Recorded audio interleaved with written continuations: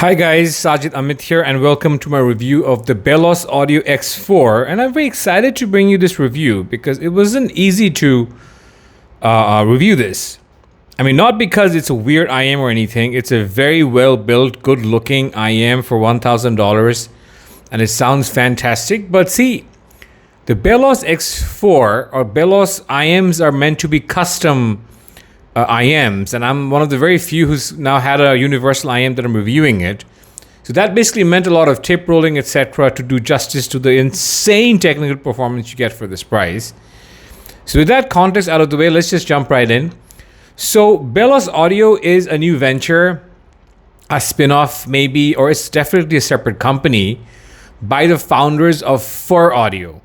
So these guys are Vlad and Bogdan.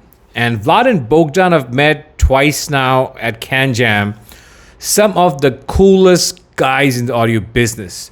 And they're cool, they're straightforward, they're friendly, they're authentic, they love their stuff. And they're insane innovators in the IM world because these guys were the ones behind 6 Audio's TIA technology. And you know, since then they sort of left 6 Audio. And I have to say, 6 Audio guys, 6 Audio is a company ever since the departure of Vlad and Bogdan, from my humble vantage point, from my perspective, seems to be struggling. I don't think 6 Audio has produced the kind of home runs that they used to. Perhaps because these guys who founded FiR Audio are bringing their vision, their innovation to FiR Audio. And then you had kinetic bass that they came out with, the XE6 sort of bass. And it was the subwoofer in your head kind of effect. And these guys have kept on innovating and innovating. They've come out with single dynamic drivers, which are magnificent. I've reviewed the FiR Audio E12. This is a sister brand of FiR Audio, Bellos Audio. And I think Vlad is looking after this. Bellos Audio's offerings are meant to be relatively affordable compared to FiR Audio's lineup. So their starting point IM is the X2, which retails for $500, then they have an X3 which retails for $800, and this is the current Bellos flagship which retails for $1,000. This one, the X4 specifically, has generated a lot of attention lately in water cooler threads and has received widespread praise. But like I said, there's a catch. The catch is the fact that this is not the custom version. Most of the reviews you've seen so far on HeadFi are with the custom IM. This is the slightly lesser known universal version. Okay, now to jump right in terms of specs and specifications and driver count and all that, this has 2 BA drivers for low, mids, and highs, one 6mm dynamic driver for sub-lows, and one BA driver for ultra highs. So the frequency response is 20 Hz to 20 kHz. It has an impedance of 16 ohms at 1 kHz, a sensitivity of 116 decibels per milliwatt, and has an integrated 4-way crossover. The unboxing and build and comfort are, the unboxing itself is quite minimalistic and straightforward. It arrives in simple white packaging. It's really minimalistic, which is fine. It probably does a service to the environment. There is a hockey puck style metal case, which I didn't get because of customs, and they had their way with my hockey puck style case, but you can get one if you want. There are some OEM tips, there's some foam tips and hypoallergenic latex tips, a cleaning tool, and the IM themselves. I'm not showing you the unboxing because it is really, really sparse, which is fair, which is fine. Okay, now, the earpieces themselves are made from a matte finish polymer material with this butterfly looking insignia on the faceplate that feels great to touch. I mean, the faceplate feels great to touch and hold. It reminds me of the soft touch plastic often used in high-end electronics and luxury car interiors. They offer fantastic comfort, I have to say, and paired with the right tips, they become even more comfortable. According to Bellos, these earpieces are completely 3D printed. And the matte finish is employed later. So this matte finish is purposeful. Bellos, like FiR Audio, FiR Audio has an insane aesthetic orientation. So you've seen their IMs like the Xenon 6, the KR5, the Radon 6, all look stunning and well finished and premium. This, of course, is a far cheaper IM at $1,000, but it still looks very handsome, I think.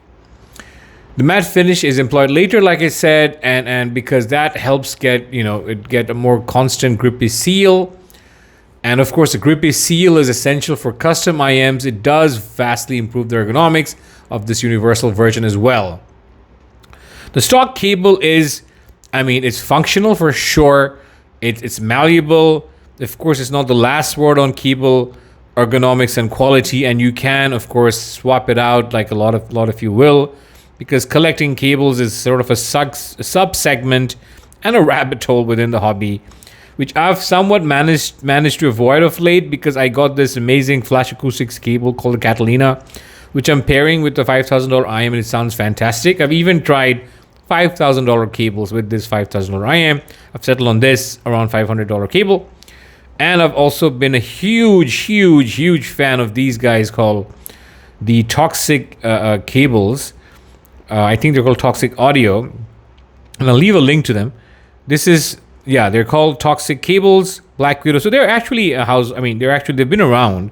So it's not a new company, but these are fantastic cable manufacturers. Other than this sort of luminescent, not exactly luminescent, but it's sort of a shiny yet deep blue. I find it to be very, very comfortable to touch and great also ergonomically. Although it's currently a bit tangled up, but you can sort of tell that it doesn't have a whole lot of memory. Okay, so cables are cables, and with that out of the way, let's talk about sound. Again, a disclaimer, the Bellos X4 Universal, which is what this is, will sound different from the custom version. And I do not have first-hand experience with the Universal version. The custom version, I'm sorry. So I can't tell you what the custom version will sound like. The custom version will sound different from this, guys. My experience is with the universal version only, and it will not align 100% with people who got the custom version. This is true for every scenario in a custom versus universal situation, right? Because we must consider factors like ear canal anatomy, insertion depth, which does affect how you perceive bass and treble, and even mid-range sometimes. However, tonality-wise, this X4 variant, I would say, is a warm, neutral IM with some treble emphasis. Some of you might perceive this to be bright, and I do see how this can be perceived as bright, but then if you tip roll, if you use the right tips, I think the brightness goes away for the most part. Now, Bellos has implemented a plethora of new technology in this. There's an in-air canal technology, which I think it comes into effect with the custom version mostly. There's a proprietary RCX cable, which is a neat feature that boasts certified, 5,000 detachments and reattachments rating. There's also an atom venting technology, which is a trickle-down technology for audio IMs. Guys, I love it when these brands do this trickle-down thingy from their more expensive IMs to their less expensive IMs, so everyone, a larger portion of the audiophile community, can get to enjoy these sorts of technologies. The atom venting alleviates air pressure and also helps get a seal. The custom version also features modular drivers, making driver replacement easier for users. Okay, now with that technology sort of discussion out of the way, what does this sound like? That's what you're here for. And I apologize for the longish segue because there's a lot going on with the Bellos X4. I thought that needed to be said and gotten out of the way first. For me, in terms of sound, the bass is the highlight for the X4. It has amazing dynamic driver bass, and it does have some resemblance to the incredible FiR Audio XE6 and Radon 6. Not at the same level, but honestly, guys, this sub bass and even the transition from sub bass to mid bass is just phenomenal. It just beats most things I've heard. I was playing a bunch of tracks, a bunch of metal tracks. I was playing Disturbed. I was playing a bit of Pantera. I was playing some hard rock like Queensryche. And the bass here, the separation between bass drum notes and bass guitar notes, bass guitar plucks were so textured and deep, and bass drum was visceral and deep. Bass here is FiR Audio bass. Bellos bass is FiR Audio bass, and it's bassy, it's wonderful, it's just lovely. as is the mid-range. The mid-range is something that these FiR Audio guys, again, I keep referring to them as FiR Audio guys because that is my reference point, because Vlad and Bogdan do come from FiR Audio. Although Vlad is managing this, I do want to make references to FiR Audio because I'm such a huge geek and fan of FiR Audio. I think FiR Audio and FiR Audio are flying the American flag when it comes to portable audio, and nothing comes close. Not 6-FiR Audio, not Empire Ears. Anyway, I digress. I get carried away. But to talk about the mid-range is just lucid. It's a bit thick and warm tilted, but it doesn't sound muddy. It doesn't sound unclear. I mean, it's not crystalline, but I do get clarity, and it does resemble a lot of the other, again, FiR Audio mid-range that I've seen where guitars and vocals have heft, right? Because that heft makes sound lifelike, makes imaging corporeal, or makes images have body. So that's what this sounds like. Things float around with some weight around them or weight with them. So you don't feel like you're listening to an E-Stat. See, E-Stats never sat well with me, whether from Stax or from Odyssey or others, because ultimately you sort of miss that weight of images, right? Which dynamic drivers and even planars can produce for headphones. Now, this IM, I think, reminds me of that sort of heft, that sort of very ZMF-y weight to mid-range, and I love the mid-range here. Treble is where tip rolling comes into play, guys, because the X4 Universal can be bright in the lower treble with the stock foam tips. And now I have the foam tips on because I would encourage you to not use them. If you are getting the Universal for whatever reason, do not get the stock, use it with the stock foam tips. Because foam, I know, does tend to suppress treble, but here it enhances treble, especially lower treble, so much so that cymbal crashes can just not sound right. It sounds splashy. And then, of course, the presence region can be fatiguing also. So I don't like these tips. I use it with the Pentacon brass courier tips, which makes a world of difference. The Pentacon brass courier tips, which I'll leave a link to, just makes this Universal IM come alive, because the treble still sounds alive and present, but a lot more controlled and linear.